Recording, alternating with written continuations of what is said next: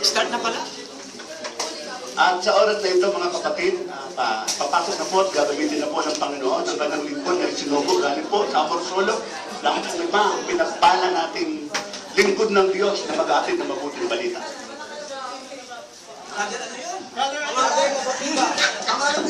Brother Adornight.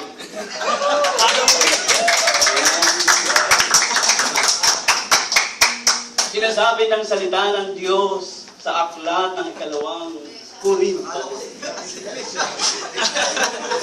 Ang sino mang nakipag-isa kay Kristo ay isang bagong pinalakad. Wala na ang dating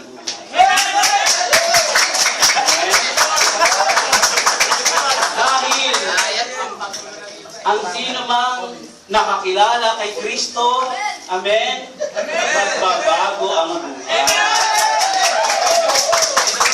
Pinapalaya sa lahat ng mga tanikala ng mga kasalanan, bisyo, umaalipin sa tao. Amen ba? Napakahalaga na makilala natin si Kristo sa pamamagitan ng kanyang mga salita. Sa kasaksihan po ng kanyang pangangaral, di kabinsa-binsay, mayroon pong isang tao, inalingan ng masamang spirito. Ito to ang sinasabi na!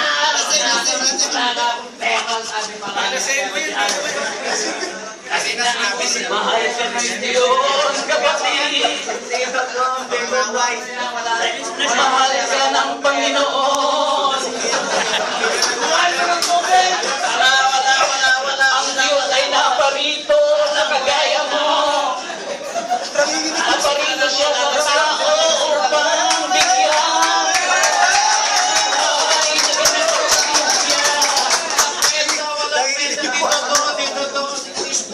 Sa bisa at kapangyarihan po ng salita ng Diyos, ang isuloy ng Panginoon sa tulong ng mga manggagawang sa Panginoon.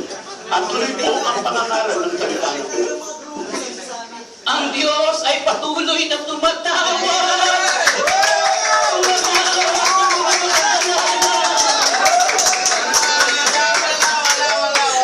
Praise the Father!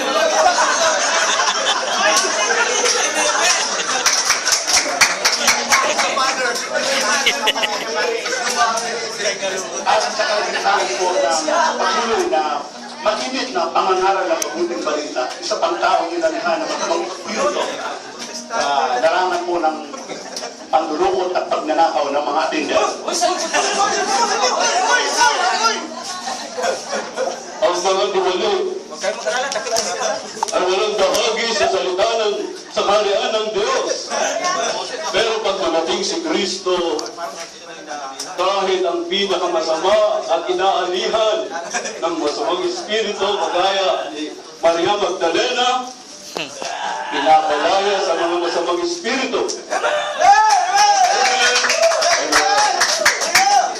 Sa kabuuan po ng pagpipiging yun, ang dalawang taong inalihan ng masamang espiritu ay nabago ng salita ng Diyos. Kaya sa mga sandali ito, ating po sila nilapit sa Panginoon, sama-sama po kami mag-alay ng awitin sa grupo ito, sa bisa at sa kapangyarihan ng mabuting balita.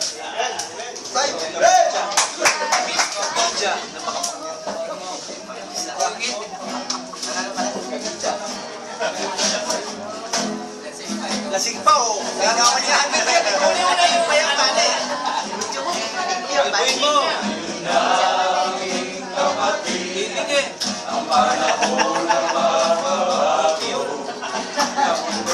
Hindi ko pinagaw. Iinom pa eh.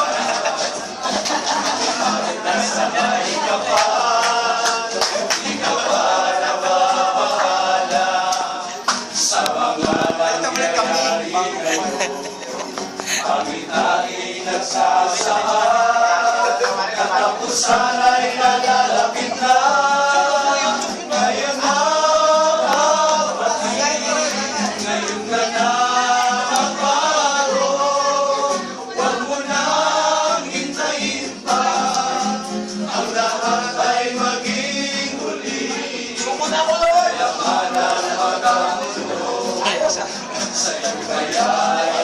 Oh, patawad ko! Hindi na ako magkakasing! Bababae na lang!